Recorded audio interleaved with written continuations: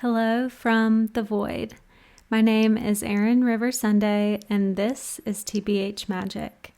This episode is a chat about Aquarius energy, with the audio portion being recorded on Friday, November 7th, 2025 at 10:30 a.m. in Asheville, North Carolina. So while we chat about Aquarius today, you're going to be seeing me paint and deposit some little love rocks out in my community. I haven't made love rocks since college, which was many moons ago, but I was feeling the call, so I had a cozy craft night with some of my friends recently. I have a pretty firm boundary around filming when I want to be fully present with people, so I painted a few more on my own to give you the idea. But I highly recommend making them with others if that's available to you. Before we fully dive into Aquarius, though, I want to take a few seconds to pause and breathe into the present. Wherever you are in time and space, see if you can take a moment to take a big, deep breath with me. Try to count to 4 slowly on the inhale and then 4 again slowly on the exhale. Let's do it together now.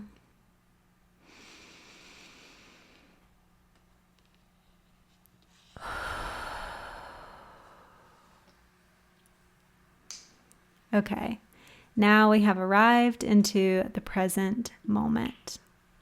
So what do love rocks have to do with Aquarius energy? A lot, actually. Aquarius is traditionally ruled by Saturn, which I often describe to clients as a huge boulder. It's tangible, solid, and heavy. So that's our rock piece. Then there's the sharing community aspect of love rocks. Aquarius is the final air sign, which are all inherently social. They just each do it in their own way. Love rocks are the ultimate Aquarian social vehicle because there's an obvious distinction between a normal rock and a love rock. You're getting a message out to the masses, the ultimate Aquarian MO, but you don't necessarily have to integrate with the masses to share it. People with heavy Aquarius energy are usually cooler than everyone else, but you can only be cool if you're part of a group and therefore able to compare and contrast yourself to its other members.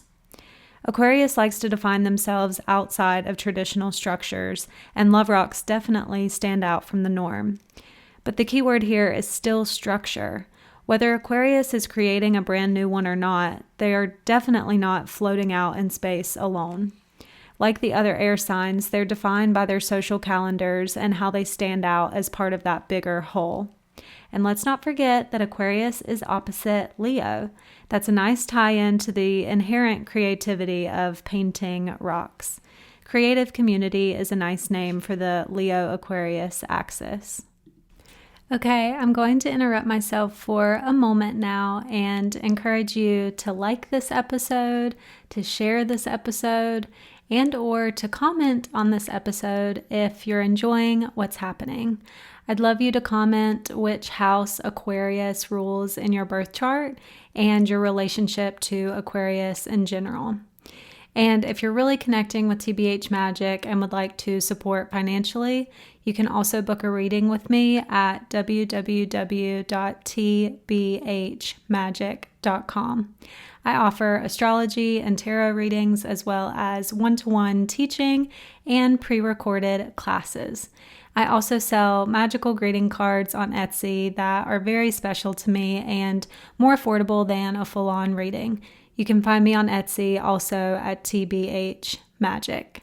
Any and all support is so greatly appreciated, and I can assure you it's a symbiotic process. Okay, now let's zoom in and look at Aquarius in your natal chart. Whatever house Aquarius rules is where you're both hyper aware of the crowd and how you need to separate yourself from it. Think, they do it that way, but I'm going to do it this way. This area of your life is where you're a trendsetter and or an activist, but that often begins as first being the outcast. In order for people to want to follow you, they have to first see you as separate from the group. So, this is the ultimate spot in your chart to fly your freak flag. There's an urge in this area of your life that could reveal itself in sudden, shocking moments to be different. There is a latent lightning bolt type of energy with Aquarius that, when transits in the current sky light up that house, the jittery, excited energy can be felt in your bones, and then it needs to be expended.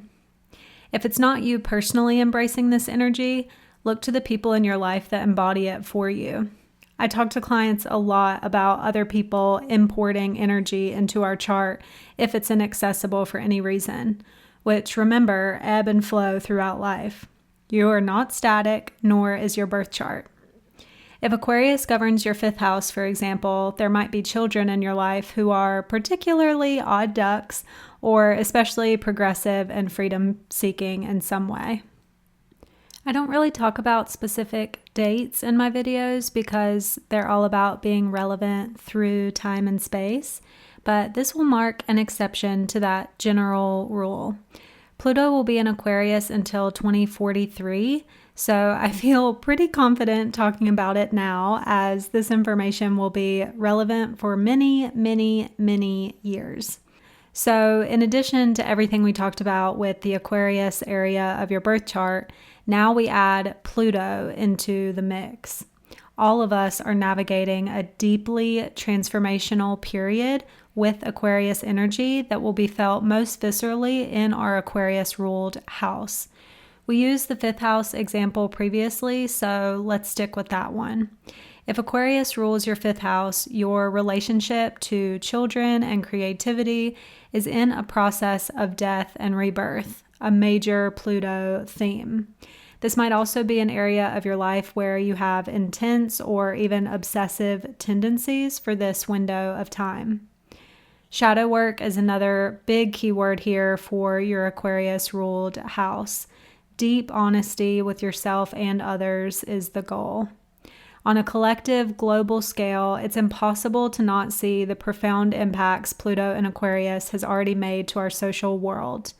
AI is everywhere, and humans are becoming more like robots by the day. And as Pluto usually indicates, there's a lot of fear around that concept from many of us. Our society and what it means to be part of the human race will be permanently altered by the time Pluto leaves Aquarius in 2043.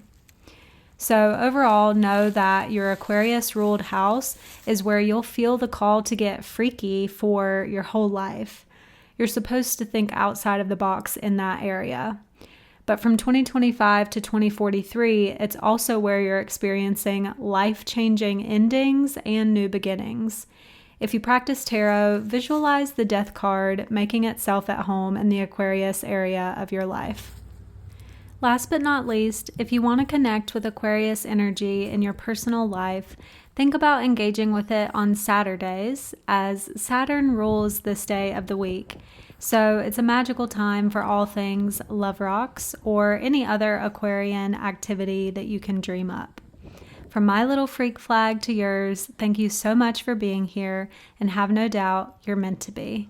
Through time and space, Erin River Sunday.